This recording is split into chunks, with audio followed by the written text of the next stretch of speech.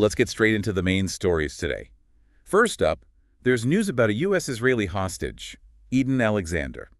That's right. He's expected to be released by Hamas. It seems to be part of the ceasefire efforts. He's 21, born in Tel Aviv but grew up in New Jersey, captured back on October 7th.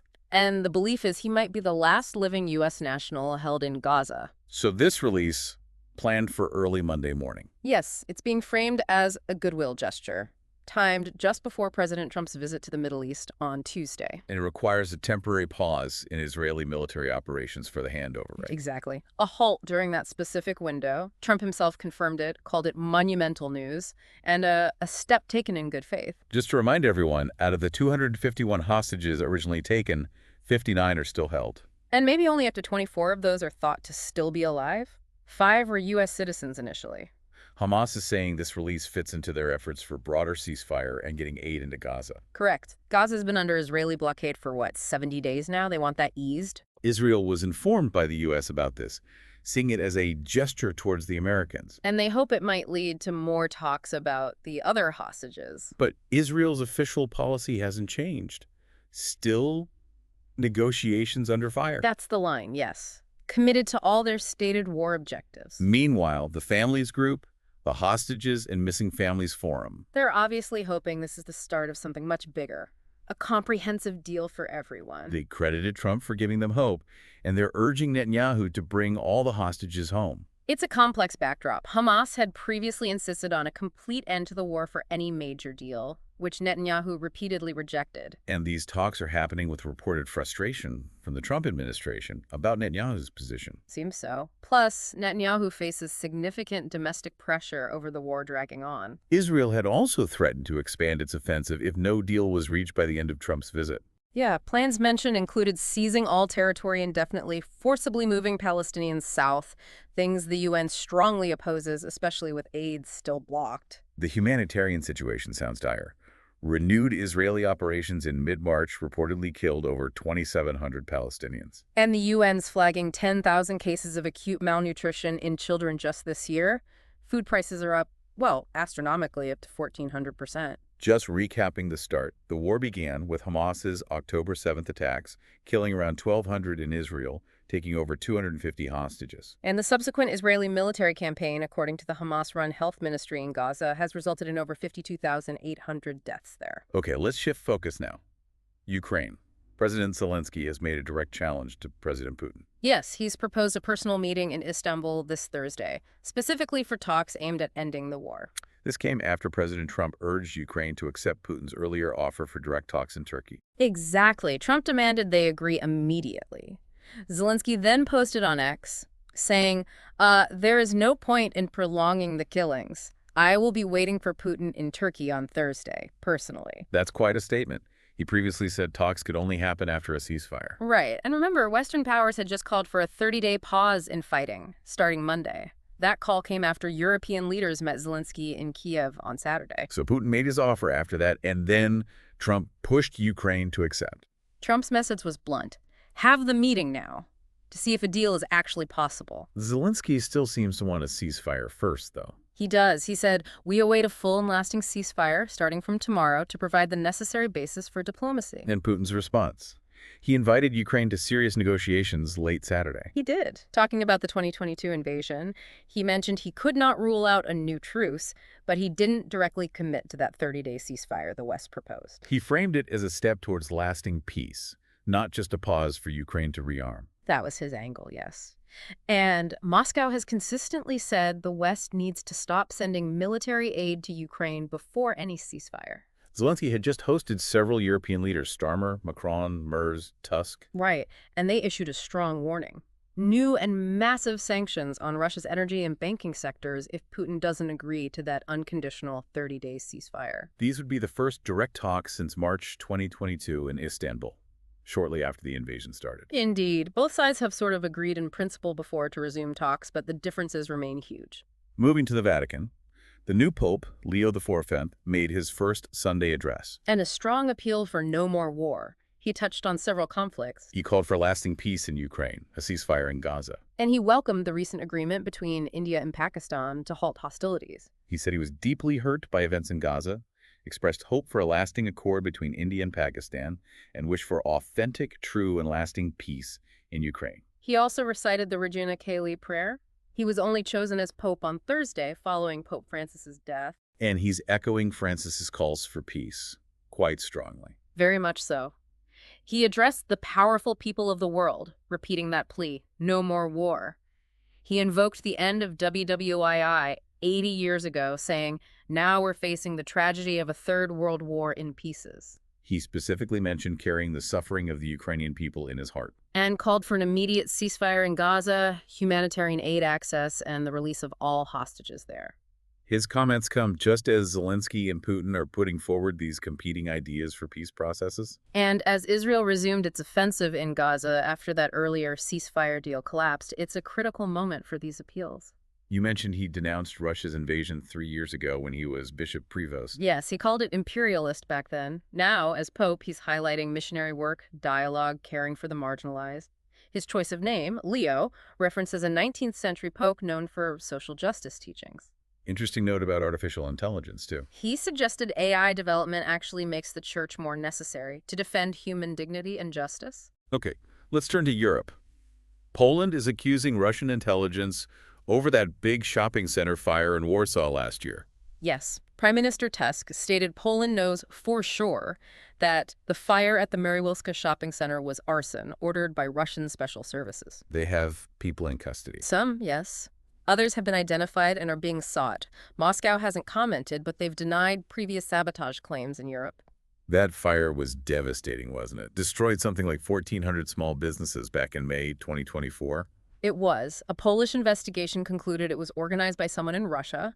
Polish officials are calling it part of Moscow's hybrid war. Hybrid war meaning deniable attacks to cause harm without it being a clear act of war. Exactly. Anonymous attacks on infrastructure. NATO shares this view, believing Russia is using these tactics across Europe. And Poland is working with Lithuania on this. Seems so. The claim is some perpetrators carried out similar acts there. Lithuanian prosecutors actually accused Russian military intelligence back in March over an IKEA fire in Vilnius. Ukrainian suspects were arrested in that case. Correct. And Tusk said Lithuania confirmed Warsaw's suspicions that Russian secret services were behind both the Vilnius and Warsaw fires. Now, some U.S. diplomatic news involving Qatar and potentially Air Force One. Bit of an unusual story. The White House and Qatar are discussing the potential transfer of a luxury jet that could be used as Air Force One. A gift. Qatar denies it's a gift. They confirmed discussions about transferring an aircraft for temporary use. But CBS News reported the plane might be donated to Trump's presidential library after his term ends. So negotiations are ongoing between the Qatari Ministry of Defense and the U.S. DoD. That's what the Qatari media attaché said.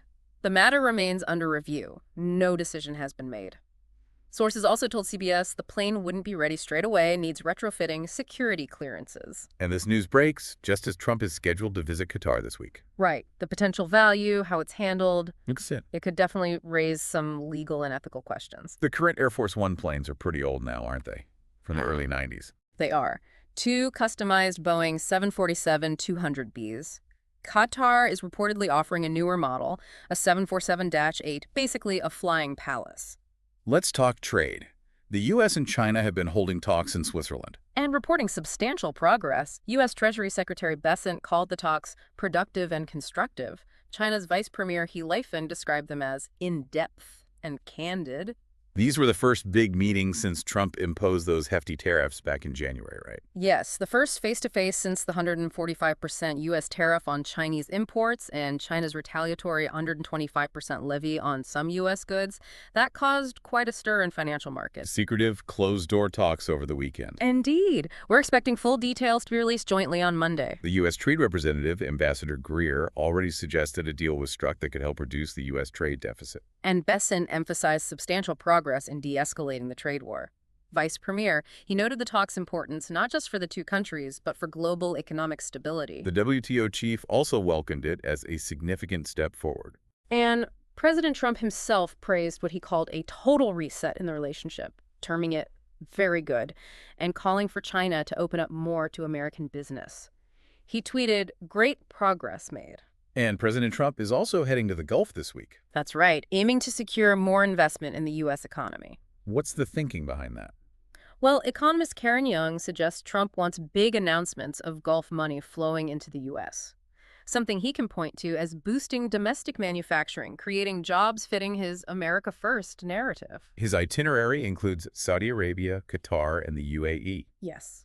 Riyadh first on Tuesday to meet Crown Prince Mohammed bin Salman, then a Gulf Leaders Summit, followed by Qatar and the UAE. Saudi Arabia was reportedly his planned first overseas trip, which underscores the region's economic significance for him. So securing investments from their sovereign wealth funds would be a political win. Exactly. Signals success for America First. A lot of top figures from Wall Street and Silicon Valley are expected at a Saudi-U.S. investment forum in Riyadh, too. Prince Mohammed had previously mentioned a $600 billion investment figure. He did back in January. Trump apparently wants closer to $1 trillion, including more purchases of U.S. military gear. A Saudi commentator, Ali Shahabi, expects several economic deals to further integrate the economies. That's the expectation. Joint ventures, U.S. weapons procurement. The UAE has also committed $1.4 trillion over 10 years in areas like AI, chips, energy. And a big arms deal with Saudi Arabia is also anticipated, over $100 billion. Widely reported, yes. Missiles, radar, transport aircraft. AI seems to be a major focus too. Definitely. Talks about more Gulf investment in U.S. tech and also ensuring the Gulf gets better access to U.S. semiconductors. Both the UAE and Saudi Arabia are pouring billions into tech and AI to diversify their economies. Shifting back to South Asia, that India-Pakistan ceasefire seems to be holding mostly. It appears so, although there were accusations of violations almost immediately overnight. This followed days of really intense cross-border strikes, didn't it? Some called it the worst confrontation in decades. It was serious. President Trump praised the leaders of both countries, saying millions could have died if it hadn't stopped. But then explosions were heard in Indian-administered Kashmir hours after the deal. Both sides pointing fingers again. Yes. India's foreign secretary accused Pakistan of repeated violations. Pakistan's foreign ministry spokesman said they remain committed despite Indian violations and urged restraint from their side. The fighting involved drones, missiles, artillery, sparked by India striking targets in Pakistan after that attack in Pahalgam last month. Correct. Pakistan denied involvement in the Pahalgam attack. Trump announced the full and immediate ceasefire on Saturday, saying the U.S. brokered it. Pakistan confirmed the agreement but mentioned dozens of countries were involved diplomatically. Right. Despite the initial shaky reports, both India and Pakistan did confirm an understanding on stoppage of firing and military action. U.S. Secretary of State Rubio also said they'd agreed to start broader talks soon at a neutral location. Yes, after 48 hours of intense talks involving senior officials, including the prime ministers. The backdrop was that tension after the killing of 26 tourists in Pahalgam on April 22nd. Okay, a quick item from the entertainment world. Actress Amber Heard announced the arrival of twins. Yes, she posted on Instagram for Mother's Day, a daughter named Agnes and a son named Ocean. She welcomed her first daughter, Una, back in 2021. Right. In her post, she talked about becoming a mother by myself and on my own terms, despite fertility challenges, calling it humbling and saying she was elated beyond words to celebrate her family's completion. She's known for films like Aquaman, of course, and her very public legal battles with ex-husband Johnny Depp. Indeed. Their divorce led to those high-profile defamation cases in the UK and the US concerning allegations of domestic abuse. Let's turn to Africa now. In Burkina Faso, the junta leader, Captain Ibrahim Traoré, seemed to be gaining quite a following. He is. The 37-year-old is being portrayed, especially by admirers, as a sort of pan-Africanist leader standing up to Western influence, maybe in the mold of Thomas Sankara. His regime came to power in a coup in 2022. Yes, and since then, they've pivoted away from France towards Russia, adopted more left-leaning economic policies, particularly around mining, demanding states and skill transfers. And this message resonates across parts of Africa. Apparently so. Experts say many Africans connect with his questioning of Western relationships and continued poverty despite resource wealth. He got a lot of attention at the Russia-Africa summit last year, telling leaders to stop behaving like puppets. His popularity is amplified by social media too, even misleading posts. Yes, there's a significant online campaign, including AI-generated videos, but his rhetoric itself strikes a chord. Despite this popularity, he's facing criticism internally, right? Hmm. For failing to stop the Islamist insurgency and cracking down on dissent. Absolutely. Critics, opposition figures, even medics have reportedly been sent to the front lines. French President Macron was quite critical too, calling it a Baroque alliance with neo-imperialists like Russia and China. So why the support? Is his youth, his anti-colonial stance? Analysts suggest it's a mix. His youth in a very young country, his media savvy, emulating Sankara, and offering hope to a nation tired of war. Plus, as one analyst noted, there's declining support for traditional democracy in parts of West Africa because it hasn't delivered results for many young people. Traoré offers an alternative. Elsewhere, the Taliban government in Afghanistan has taken action against chess. Yes, they've suspended the game indefinitely. The reason given is concerns over gambling. Officials say it's prohibited until they can determine if it's compatible with Islamic law. Right. Taliban spokesman Atal Mashwani stated that under their interpretation of Sharia law, chess is considered a means of gambling. So it's suspended until these considerations are addressed. This is just the latest restriction on sports under the Taliban. It is. Women are already essentially barred from all sports. They previously banned free fighting, like MMA, deeming it too violent and contrary to Islamic teachings. A Kabul cafe owner who used to host chess games mentioned it's played in other Muslim countries. He did, while saying he'd respect the decision. It highlights the specific interpretation being applied in Afghanistan. A rather unusual smuggling attempt reported in Japan, involving hermit crabs. That's right. 3 men, reportedly Chinese nationals, were arrested on Amami Island, What were they doing? trying to smuggle suitcases literally full of hermit crabs. Hotel staff heard rustling noises from the luggage and alerted authorities. How many crabs are we talking about? Police found thousands. One set of suitcases weighed about 95 kilograms. Another man had 65 kilograms in 3 suitcases. Why? To sell them. Eat them. Police are investigating all possibilities: selling, keeping as pets, or even eating them. Hermit crabs are a protected species on Amami Island, considered part of its national treasure. They can apparently fetch a high price. And some space news. A piece of an old Soviet spacecraft may have just re-entered Earth's atmosphere. Yes, part of Cosmos 482. It was launched way back in 1972, intended for Venus, but it got stuck in Earth orbit and broke up. And one fragment believed to be the lander. The EU's Space Surveillance and Tracking Center says it most likely re-entered around 6.16 GMT on Saturday. Do we know where it came down? Or if it burned up? It's unclear, no exact location known, and it might have burned up completely. Given how much of Earth is ocean, the chances of significant damage are very low. An expert from ESA, Stein Lemons, put the risk in perspective. He did, saying you're far more likely to win the lottery than get hit by space debris like this. Re-entries happen quite often, usually burning up. But this lander was built tough, wasn't it, to survive Venus? It was, with a robust heat shield. That increases the chance some part might have survived re-entry, although its parachute system would likely have degraded after 50 years in space. Turning now to Sudan. Port Sudan is reportedly struggling after a week of aerial attacks. Yes, the city, which had been something of a safe haven from the civil war, is now experiencing the conflict directly, with RSF drone attacks. These attacks have caused water and power shortages. Big time. 3 fuel depots were targeted, and fires are still burning. The explosions knocked out diesel supplies needed for groundwater pumps. And that's hit water prices hard. Extremely hard. One resident said the cost for a day's water supply for his family jumped 5-fold in a week. They just can't afford it long term. This is on top of the wider conflict, which has already displaced over 12 million people. It's one of the world's worst humanitarian crises. People who fled to Port Sudan for safety are now finding themselves in danger again, and basic life is becoming incredibly difficult with fuel queues and blackouts. And Port Sudan is crucial for aid delivery, isn't it? Absolutely vital. It's the main humanitarian hub, used by the WFP and others. Attacks there risk blocking aid flow and worsening the already critical situation, with famine reported in some regions. Aid agencies are deeply concerned. Back in the U.S., there's talk about the Trump administration considering suspending habeas corpus. Yes, White House Deputy Chief of Staff Stephen Miller raised the possibility. He cited the Constitution allowing suspension in times of rebellion or invasion. Why now?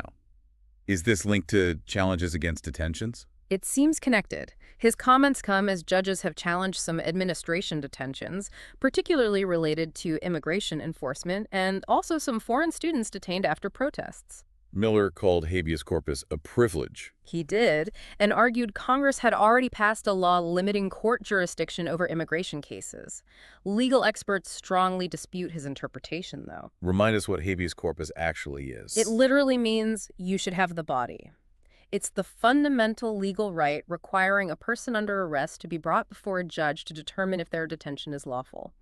The great writ of liberty. The Constitution says it shall not be suspended, except in cases of rebellion or invasion, and grants that power to Congress, not the president. Correct. It's only been suspended 4 times in U.S. history: during the Civil War by Lincoln, which was controversial, during Reconstruction against the KKK in Hawaii after Pearl Harbor, and briefly in the Philippines. The power rests with Congress. Let's move to Brazil, where a rare genetic disease has been identified in a remote town. It's called Spohn syndrome, identified and named by biologist Silvana Santos in Serena dos Pintos. What does it do? It's caused by a genetic mutation affecting the nervous system, leading to gradual weakening. It only appears if a child inherits the altered gene from both parents. And it's prevalent in this town because of high rates of consanguinity, or marriages between relatives. Exactly. Due to geographical isolation, marriages between cousins became common and socially acceptable over generations. Santos found over 30% of couples were related in a 2010 study. Her research provided the first global description of the disease. It did. Before her work, families had no name or explanation for their children's condition. Now they have a diagnosis, and it's brought support, wheelchairs, and awareness. The mutation itself is very old, isn't it? Linked to early European settlers. Likely arrived over 500 years ago, yes. Possibly with Portuguese, Dutch, or Sephardic Jewish settlers. Cases found in Egypt also had European ancestry, suggesting a common origin. Is there a cure? Not yet. But understanding the condition has made a huge difference. People are no longer just called cripples. Wheelchairs provide independence. Santos is now involved in a larger project screening couples for recessive disease genes to help them understand genetic risks. And finally today, just revisiting the India-Pakistan situation, it seems back channels and U.S. mediation were key to that ceasefire. That's the assessment from experts, yes. While President Trump announced the ceasefire, the behind-the-scenes work by U.S. mediators alongside diplomatic back channels and regional players like the U.K. and Saudi Arabia was crucial. Secretary of State Rubio's call to the Pakistani army chief is seen as particularly important. Potentially a critical point, according to Tanvi Madan at Brookings. Pakistan's foreign minister acknowledged about 36 countries were involved diplomatically. This follows a pattern of U.S. involvement in diffusing past crises between the two. It does, though the U.S. seemed initially hesitant this time, only stepping in more forcefully as the situation escalated significantly after those initial Indian strikes and Pakistani retaliation. The deepening U.S. relationship with India might have also played a part, giving Washington more leverage. That's a factor analysts point to. The rapport between Modi and Trump, plus broader strategic stakes. Indian diplomats mentioned 3 tracks: U.S.-UK pressure, Saudi mediation, and a direct NSA channel between India and Pakistan. But the fragility was highlighted by those immediate violation accusations. Absolutely. Michael Kugelman noted the ceasefire might lack the necessary guarantees given the high tensions and potentially differing interpretations of the agreement. It's definitely something to watch closely.